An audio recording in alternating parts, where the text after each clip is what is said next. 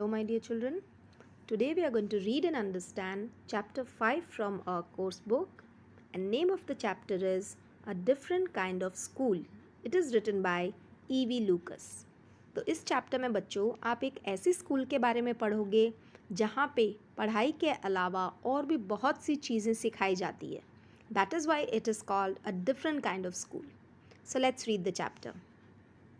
I had heard a great deal about Miss Beam's school, but not till last week did the chance come to visit it. आई यहाँ पे है हमारे writer E.V. लूकस. ये कह रहे हैं कि मैंने मिस बीम की स्कूल के बारे में बहुत कुछ सुना था. ये जो आप जिस स्कूल के बारे में आप पढ़ने वाले हो ना, जो डिफरेंट है एकदम, वो उस स्कूल को मैनेज करने की ड्यूटी है मिस बीम की. इसीलिए इसको मिस बीम स्कूल कहा गया है. तो राइटर कह रहे हैं कि पिछले हफ्ते मुझे चांस मिला उस स्कूल में जाने का, विज़िट करने का. When I arrived, there was no one in sight. In sight यानी दिखाई देना. यानी जब मैं स्कूल में पहुंचा तब मुझे कोई दिखाई नहीं दिया. But a girl of about 12. दिखी तो सिर्फ एक लड़की जो कि लगभग 12 साल की थी. Her eyes were covered with a bandage and she was being led carefully between the flower beds by a little boy who was about 4 years younger. तो वो जो लड़की थी उसकी आंखों पे पट्टी बंधी हुई थी एंड एक लड़का था उसके साथ में जो उससे लगभग 4 साल छोटा लग रहा था और वो लड़का हाथ पकड़ के उस लड़की को ले जा रहा था कहीं पे. She stopped and it look like she asked him who had come. तो मुझे देख के शायद वो दोनों रुक गए थे, दोनों जो बच्चे थे, लड़का भी और लड़की भी. मुझे ऐसा लगा, राइटर कह रहे हैं, मुझे ऐसा लगा शायद वो लड़की पूछ रही थी कि कौन आया है. He seem to be describing me to her. और मुझे लगा वो लड़का मुझे डिस्क्राइब कर रहा है, यानी कि कौन आया है वो बता रहा है उसे. देन दे पास्ट ऑन यानी वहाँ से आगे चले जाना. Miss beam was all that I had expected. Middle aged, full of authority, yet kindly and understanding. तो राइटर कह रहे हैं मैंने मिस बीम के बारे में बहुत कुछ सुना था and she was as expected. क्या सोचा था उन्होंने? मिडल एज यानी बीच की सी उम्र की, ना यंग है ना ओल्ड है, बिल्कुल वैसी थी. फुल ऑफ अथॉरिटी यानी पावर. अब ऑब्वियसली इतनी बड़ी स्कूल चला रही है, एक डिफरेंट काइंड ऑफ स्कूल चला रही है, she will have some power. Yet kindly and understanding. Power होने के बावजूद भी बहुत ही काइंड है, बहुत ही अंडरस्टैंडिंग है. Her hair was beginning to turn grey. उनके बाल थोड़े थोड़े सफ़ेद हो रहे थे. And she had the kind of plump figure that is likely to be comforting to a homesick child. तो देखने में दुबली नहीं थी ये. शी वॉज प्लम्प यानी थोड़ी हल्की मोटी. That is likely to be comforting to a homesick child. तो कोई बच्चा जो अपने घर से दूर है या जो अपने पेरेंट्स के साथ नहीं रह रहा है, उसे एक ऐसी ही फिगर जो बहुत मदरली सॉर्ट ऑफ फिगर हो, और वैसा ही कुछ मिस बीम का फिगर था. यानी कि देखने में वो बिल्कुल ऐसी थी जैसे आपकी हमारी मदर होती है, बिल्कुल comforting. So even she was that kind of a lady. I asked her some questions about her teaching methods, which I had heard was simple. तो मैंने मिस बीम से मिलने के बाद उनसे ये पूछा कि आप कैसे पढ़ाते हो, आपके टीचिंग मेथड्स क्या है. मैंने सुन रखा था कि उनके टीचिंग मेथड्स बहुत ही सिंपल हैं. No more than is needed to help them to learn how to do things. तो मिस बीम कहती है मेरे टीचिंग मेथड्स बहुत सिंपल ही हैं, कुछ अलग से उन्हें सिखाना नहीं पड़ता बच्चों को. बस सिर्फ simple spelling, adding, subtracting, multiplying and writing, थोड़ी थोड़ी सभी चीज़ें बतानी होती है. The rest is done by reading to them and by interesting talks during which they have to sit still and keep their hands quiet. तो adding, subtracting, multiplying ये सब सिखाने के बाद जो कुछ बच जाता है वो हम उनके सामने रीडिंग करते हैं, उनसे इंटरेस्टिंग टॉक यानी कुछ मज़ेदार बातें करते हैं. और जब हम ये सब करते हैं तो बच्चों को चुपचाप बैठना होता है बिना अपने हाथ पैर हिलाए. There are practically no other lessons. इसके अलावा कुछ स्पेशल लेसन होता हो या हम कुछ स्पेशल सिखाते हो, ऐसा कुछ नहीं है. ऐसा मिस बीम बोल रही है राइटर को. The real aim of this school is not so much to teach thought as to teach thoughtfulness. तो अब मिस बीम कह रही है कि हमारे स्कूल का जो एम है, यानी जो गोल, उद्देश्य जो है हमारा, वो सिर्फ बच्चों को थॉट सिखाना नहीं है कि कोई विचार डाले बच्चों के दिमाग में. No, we aim to teach thoughtfulness यानी कंसिडरेशन या केयर, दूसरों के प्रति समझ होना, दया होना दूसरों के प्रति. थॉटफुलनेस सिखाना हमारा उद्देश्य है. Kindness to others and being responsible citizen, किस तरह एक जिम्मेदार नागरिक बने, हम ये सिखाते हैं बच्चों को. Look out of the window a minute, will you. तो मिस बीम अचानक राइटर से कहती है कि आप इधर आइए और विंडो के बाहर देखिए आपको क्या दिख रहा है. I went to the window which overlooked a large garden and a playground at the back. तो जैसे ही मैंने विंडो के बाहर देखा तो वहाँ एक गार्डन था, एक प्लेग्राउंड जहाँ बच्चे खेल रहे होते हैं. What do you see, Miss Beam asked. ये क्वेश्चन राइटर से कर रही है मिस बीम कि क्या दिखा आपको. I see some very beautiful grounds, I said, and a lot of jolly children. तो राइटर जवाब देते हैं कि मुझे बहुत सुंदर सा गार्डन दिखाई दे रहा है और बहुत सारे बच्चे हैं जो बहुत खुश हैं. It pains me though to see that they are not all so healthy and active looking. तो राइटर अब साथ में ये भी कहते हैं कि गार्डन है, बच्चे हैं, लेकिन ये देख के मुझे बहुत दुख हो रहा है कि ये जो बच्चे हैं ये सभी हेल्दी नहीं हैं, सभी एक्टिव लुकिंग नहीं है. दे हैव सम और the other problem. When I came in, I saw one poor little girl being led about. तो ये मिस बीम को बताते हैं, जब मैं यहाँ आया था तब भी मुझे एक लड़की दिखाई दी थी जो देख नहीं सकती थी और एक लड़का उसे लेके जा रहा था. She has some trouble with her eyes. Now I can see two more with the same difficulty. तो अब ये गार्डन में जो बच्चों को देख रहे हैं तो इनको देख के राइटर कहते हैं कि वो लड़की तो मैंने देखी थी, अब मुझे दो और बच्चे दिखाई दे रहे हैं जिनको सेम प्रॉब्लम है. And there is a girl with a crutch. Crutch कहते हैं जो स्टिक्स चलने के काम आती है, हम हिंदी में उसे बैसाखी बोलते हैं. जो चल नहीं पाता है उनकी हेल्प के लिए स्टिक्स होती है, वो उसे क्रच कहते हैं. So there is a girl with a crutch watching the others at play. तो एक बच्ची दिखाई दे रही है जो चल नहीं सकती है, वो बैठ के चुपचाप दूसरों को खेलते हुए देख रही है. तो ये देख के मुझे बहुत दुख हो रहा है. She seems to be a hopeless cripple. Cripple is जो चल ना पाए. तो मुझे लग रहा है ये बच्ची तो बिल्कुल चल ही नहीं सकती है. Miss beam laughed. Oh no, she said. She is not really lame. This is only her lame day. तो मिस बीम जो है राइटर को बताती है कि अरे नहीं नहीं, वो चल ना पाए ऐसा नहीं है. She is not actually lame. ये सिर्फ उसका लेम डे है. लेम डे यानी the day on which she acts as if she was lame. यानी एक दिन इन्होंने निर्धारित किया हुआ है कि एक दिन कोई ब्लाइंड बनेगा, एक दिन कोई लेम बनेगा, एक दिन कोई डम बनेगा. सो उसका लेम डे है. The others are not blind either. तो जो आपने देखा कि ब्लाइंड हैं वो एक्चुअल में ब्लाइंड नहीं है. It is only their blind day. I must have look very surprised for she laughed again. तो राइटर कह रहे हैं शायद मैं अभी भी सरप्राइज लग रहा था, इसीलिए मुझे देख के मिस बीम फिर हंसती है और कहती है, this is a very important part of our system to make our children appreciate and understand misfortune. Misfortune यानी बैड लक. तो ये हमारे सिस्टम का यानी हमारे स्कूल का एक बहुत ही अहम हिस्सा है. हम क्या करते हैं, हम बच्चों को सिखाते हैं कि सभी कुछ जो भी चीज़ है अच्छी है बुरी है उसे एप्रिशिएट करें, उसे अंडरस्टैंड करें, समझें. अगर बैड लक है उसे भी आप अंडरस्टैंड करो. We make them share in misfortune too. हम उन्हें वो मिसफॉर्चून जो बैड लक है, जो किसी के साथ सच में है, वो उन्हें एक्सपीरियंस कराते हैं ताकि वो किस प्रॉब्लम से निकल रहे हैं ये वो एहसास करें. Each term every child has one blind day, one lame day, one deaf day, one injured day and one dumb day. तो मिस बीम कहती है जैसे हमारे सिलेबस होता है ना, first UT, second UT, half yearly and all that. तो इस तरह मिस बीम बता रही है कि हर टर्म बच्चे का एक एक दिन आता है. जैसे एक बार ब्लाइंड डे है तो उस दिन वो ब्लाइंड रहेगा. लेम डे, किसी दिन डेफ डे है, किसी दिन इंजर्ड डे है, जैसे चोट लग जाती है तब कैसा फील होता है.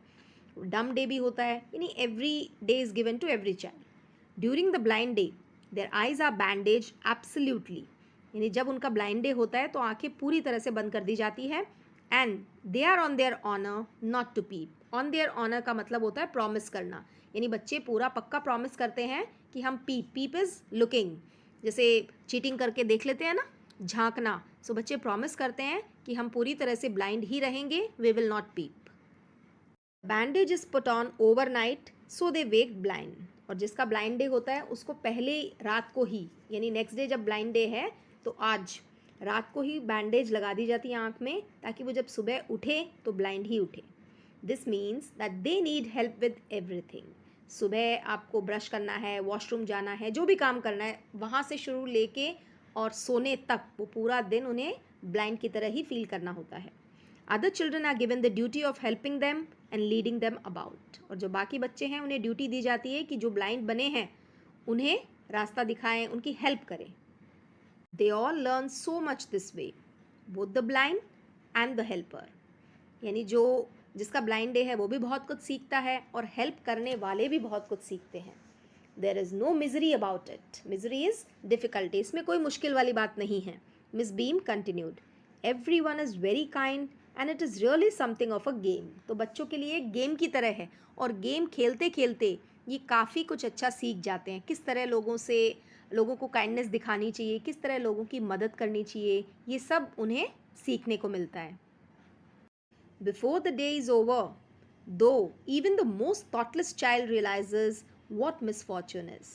तो वो पूरा दिन जब ख़त्म होता है, जैसे ब्लाइंड डे है और पूरा दिन ब्लाइंड बन के बच्चा रहा है, तो जो एकदम थॉटलेस चाइल्ड है, जो बिल्कुल केयरलेस है, वो बच्चा भी रियलाइज़ करता है कि मिसफॉर्चून क्या होता है. यानी किसी के जीवन में अगर प्रॉब्लम है तो वो कैसा फील करता है, ये फीलिंग वो खुद समझता है. The blind day is of course really the worst, but some of the children tell me that the dumb day is the most difficult. तो मिस बीम कह रही है कई बच्चे कहते हैं ब्लाइंड डे जो है वो सबसे डिफ़िकल्ट होता है, लेकिन कुछ बच्चे ये भी कहते हैं कि डम डे ज़्यादा डिफ़िकल्ट है. डम यानी जब आप बोल भी नहीं सकते हो, तो आंखें तो बंद की जा सकती है, but how can you shut the mouth. We cannot bandage the children's mouths, so they really have to exercise their will power. Will power is इच्छा शक्ति. जब आप गूंगे बने हो, आपका डम डे है, उस दिन आपको विल पावर की ज़्यादा ज़रूरत पड़ती है, क्योंकि अचानक से कुछ भी बोल दें and you are not suppose to speak when it is a dumb day. Come into the garden and see for yourself how the children feel about it. तो अब ये इन्हें इन्वाइट करती है राइटर को कि आप खुद ही आइए और देखिए कि बच्चे कैसा फील करते हैं. Miss Beam led me to one of the bandage girls. Here's a gentleman come to talk to you, said Miss Beam and left us. तो एक लड़की जिसका ब्लाइंड डे था उससे मुझे इंट्रोड्यूस करवाती है और उसे कहती है कि ये जेंटलमैन आपसे मिलने आए हैं, ये आपसे कुछ बातें करेंगे. ये बोल के मिस बीम चली जाती है वहाँ से. Don't you ever peep, I asked the girl. Oh no, she exclaimed, that would be cheating, but I had no idea it was so awful to be blind. तो वो लड़की से पूछते हैं क्या तुम इसमें से झांक के नहीं देखती हो जो बैंडेज लगी हुई है. तो गर्ल जो है वो कहती है no, this would be cheating, ये तो गलत होगा, बट मुझे ये नहीं पता था कि ब्लाइंड होना इतना ऑफुल, इतना बैड है. You can't see a thing, कुछ नहीं दिखाई देता आपको. You feel you are going to be hit by something every moment. तो जब आप ब्लाइंड बनते हो आपको हर वक्त ये लगता है कि आप किसी न किसी से टकरा जाओगे. It's such relief just to sit down. तो चलने की बजाय सबसे ज़्यादा रिलीफ जो है ब्लाइंड डे वाले दिन वो है बैठ जाना. Are your helpers kind to you, I asked. तो राइटर अब लड़की से पूछ रहे हैं कि आपके जो हेल्पर हैं, आपको हेल्प करने वाले, क्या वो काइंड इनफ हैं आपके लिए. Fairlie, but they are not as careful as I shall be when it is my turn. तो गर्ल कहती है कि हाँ कुछ हद तक तो हैं, लेकिन उतने नहीं हैं जितने कोई ब्लाइंड हो चुका है ऑलरेडी वो होते हों. Those that have been blind already are the best helper. जिनका ब्लाइंड डे ऑलरेडी हो चुका है वो सबसे बेस्ट हेल्प करते हैं, बिकॉज उन्हें पता है क्या क्या प्रॉब्लम्स होती है. इट्स परफेक्टली गैसली नॉट टू सी. गैसली इज़ कॉजिंग फियर, डर लगना. तो लड़की कहती है बहुत ही डरावना है ये कि ब्लाइंड हो जाना. It's really fearful. I wish you would try. तो आप खुद ट्राई करते तो आपको पता चलता. Shall I lead you anywhere, I asked. Oh yes, she said, let's go for a little walk. तो राइटर लड़की से पूछते हैं क्या मैं तुम्हें कहीं छोड़ दूँ, कहीं ले जाऊँ. तो गर्ल कहती है यस, चलिए वॉक पे चलते हैं. Only you must tell me about things, I shall be so glad when today is over. तो गर्ल जो है जिसका ब्लाइंड डे है वो कहती है वॉक पे चलते हैं, आप मुझे बताइएगा आसपास क्या है, डिस्क्राइब करिएगा. आज का दिन जब ख़त्म हो जाएगा I will be so relieved. The other bad days can't be half as bad as this. Having a leg tied up and hopping about on a crutch is almost fun, I guess. लड़की कह रही है blind day से बदतर और कोई day नहीं है.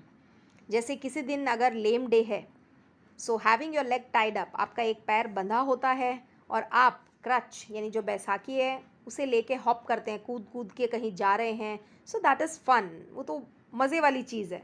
Having an arm tied up is a bit more troublesome.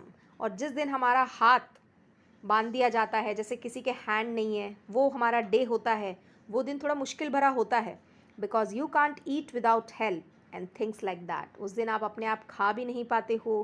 तो ये सारे डेज तो बैड हैं, लेकिन इतने बैड नहीं है जितना ब्लाइंड डे बैड है। I don't think I mind being deaf for a day, at least not much. तो लड़की कह रही है अगर किसी दिन मेरा डेफ डे है तो आई डोंट माइंड, चलता है वो, but this is very difficult. But being blind is so frightening, बहुत डरावना है ये दिन। My head aches all the time just from worrying that I will get hurt. मेरा पूरे दिन सर दर्द हो रहा है। जिस दिन मेरा ब्लाइंड डे होता है आई गेट अ हेड एक, क्योंकि दिमाग में यही टेंशन रहती है कि हम कहीं ना कहीं किसी से टकरा जाएंगे and will get hurt. Where are we now? In the playground, I said. We are walking towards the house. Miss Beam is walking up and down the garden with a tall girl. तो अब दोनों बातें करते जा रहे हैं आसपास की चीज़ों के बारे में। लड़की पूछती है जो गर्ल इनके साथ है राइटर के कि हम कहाँ हैं। तो राइटर कहते हैं हम प्लेग्राउंड में हैं और घर की तरफ चल रहे हैं। और मिस बीम जो है वो गार्डन में है, अप एंड डाउन वॉक कर रही है और उनके साथ एक लंबी सी लड़की है। What is the girl wearing? My little friend आस। तो अब लड़की जो है वो एक्साइटेड होकर पूछती है उसने क्या पहना हुआ है टॉल गर्ल ने। A blue cotton skirt and a pink blouse. अब राइटर डिस्क्राइब कर रहे हैं भाई ब्लू सा स्कर्ट पहना है और पिंक कलर का टॉप पहना हुआ है। I think it's Millie, she said. What colour is her hair? तो लड़की गेस करती है कि वो ज़रूर मिली होगी। उसके बालों का रंग कैसा है? Very light, I said. तो राइटर बताते हैं कुछ हल्के रंग के बाल हैं उसके।